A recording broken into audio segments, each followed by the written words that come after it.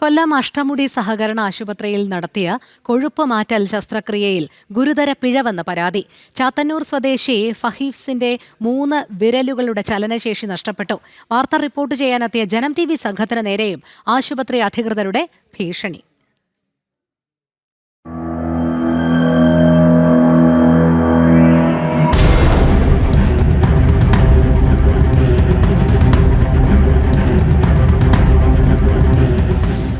രണ്ടു മാസം മുൻപാണ് ഹഫീസ് CPIയുടെ നിയന്ത്രണത്തിലുള്ള കൊല്ലം മേവറത്തെ അഷ്ടമുടി സഹകരണ ആശുപത്രിയിൽ കൈയിലെ കൊഴുപ്പ് നീക്കാൻ ശസ്ത്രക്രിയയ്ക്ക് വിധേയനായത്. എന്നാൽ ഇന്ന് വിരലുകൾ പോലും അനങ്ങാത്ത സ്ഥിതിയാണുള്ളത്. ശസ്ത്രക്രിയ ചെയ്യേണ്ട സീനിയർ ഡോക്ടർ ജേക്കബ് ജോൺ അന്ന് തിയേറ്ററിൽ എത്തിയില്ലായിരുന്നുവെന്ന് ഹഫീസ് പറയുന്നു. പകരം ജൂനിയർ വനിതാ ഡോക്ടറാണ് ശസ്ത്രക്രിയ നടത്തിയത്. ശസ്ത്രക്രിയയ്ക്ക് ശേഷം ഹഫീസ് ഇത് ചോദ്യം ചെയ്തതിനെ തുടർന്ന് ഡിസ്ചാർജ് എഴുതി നൽകി പറഞ്ഞയക്കുകയായിരുന്നു. മുറിവുണങ്ങാൻ ആന്റിബയോട്ടിക് മരുന്ന് പോലും നൽകിയില്ലെന്ന് ഡിസ്ചാർജ് സമ്മറിയിൽ വ്യക്തമാണ്. കടുത്ത വേദനയുമായി കൊല്ലം ജില്ലാ ആശുപത്രിയിലും പിന്നീട് മറ്റൊരു സ്വകാര്യ ആശുപത്രിയിലും ഹഫീസിന് ചികിത്സ തേടേണ്ടി വന്നു. 1 മണിയായപ്പോൾ തിയേറ്ററിൽ കൊണ്ടുപോയി സർജറി ചെയ്യണമെന്ന് പറഞ്ഞ് തിയേറ്ററിൽ കൊണ്ടുപോയി. സർജറിക്ക് കൊണ്ടുപോയപ്പോൾ ഇവർ ആദ്യമേ കൈമാറി സർജറി ചെയ്യാൻ പോയി, വലത്തേ കൈ.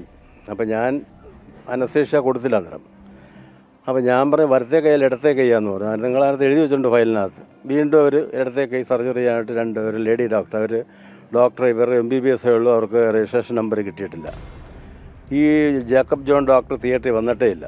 പുള്ളി വരുന്നത് എന്നെ സർജറി കഴിഞ്ഞ് 1 മണിക്കൂർ കഴിഞ്ഞ് തിയേറ്ററിന് ഒബ്സർവേഷൻ വാർഡിൽ മാറ്റിയതിന് ശേഷമാണ് പുള്ളി ഇവിടെ വരുന്നത്. സർജറി കഴിഞ്ഞ് 15 രൂപ വെച്ച് ഡിസ്ചാർജ് ചെയ്തു. ഒരു ആൻറ്റിബയോട്ടിക് ടാബ്ലറ്റ് പോലും തരാതെ എന്നെ ഡിസ്ചാർജ് ചെയ്തു. പാരാസെറ്റമോൾ 500 10 ഗുളിക ഫയലിനകത്ത് കുറിച്ചിട്ടുണ്ട്. ഞാനത് എടുത്തതുമില്ല.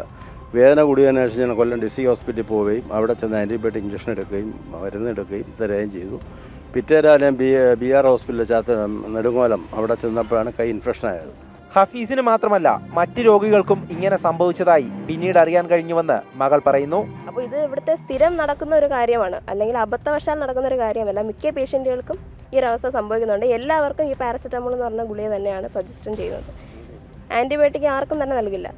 അപ്പോൾ അബദ്ധവശാലോ ഒരാൾക്ക് മാത്രമായിട്ട് സംഭവിക്കുന്ന കാര്യമല്ല, എല്ലാവർക്കും ഈ ഒരു അബദ്ധം തന്നെയാണ് സംഭവിക്കുന്നത്.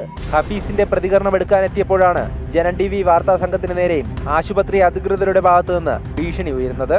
ഞങ്ങൾ എന്ത് ചെയ്താലും നിങ്ങളാരാണ് ചോദിക്കാനെന്ന മട്ടിലായിരുന്നു പ്രതികരണം.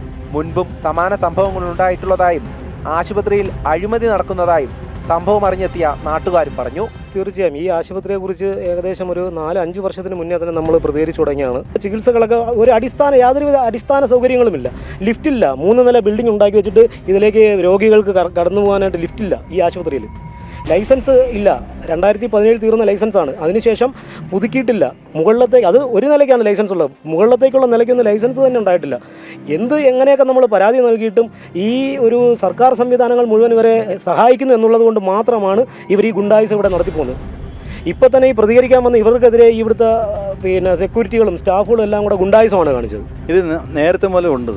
ഇപ്പം പുതുതായിട്ട് തുടങ്ങുന്നില്ല. ആദ്യമൊക്കെ ഞങ്ങൾ പറഞ്ഞൊക്കെ നോക്കി. പിന്നെ അയലത്തൊരു ഹോസ്പിറ്റലിൽ 10 പേര് ജോലി ചെയ്ത് ജീവിക്കുന്നത് നല്ലതാണ്. അത് നമുക്ക് ഭയങ്കര സന്തോഷമുള്ള കാര്യമാണ്. പക്ഷേ ഇവരിപ്പോൾ കാട്ടിക്കൂട്ടുന്ന എല്ലാം തെമ്മാടത്തിലാണ്. ഫ്രണ്ടിന് രാത്രി ഒരു 4 മണിക്ക് വന്നപ്പം ഇവിടെ സെക്യൂരിറ്റി പറഞ്ഞു നിങ്ങൾ പോയിട്ട് രാവിലെ 6 മണിക്ക് ഡോക്ടർമാരില്ലെന്ന് പറഞ്ഞു. അപ്പോൾ ഞങ്ങൾ കുറച്ച് ചെറുപ്പക്കാരെ പിള്ളേരോട് ചോദിച്ചു, നിങ്ങളിവിടെ എന്തോ നടത്തിക്കൊണ്ട് ഓപ്പണാക്കി വെച്ചാൽ എന്തിനാണെന്ന് ചോദിച്ചു.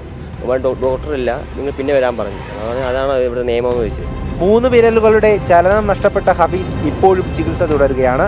മുഖ്യമന്ത്രിക്കും സിറ്റി പോലീസ് കമ്മീഷണർക്കും മനുഷ്യാവകാശ കമ്മീഷനും പരാതി നൽകി. പരാതിയിൽ പോലീസ് അന്വേഷണവും തുടരുകയാണ്. ജനം, കൊല്ലം.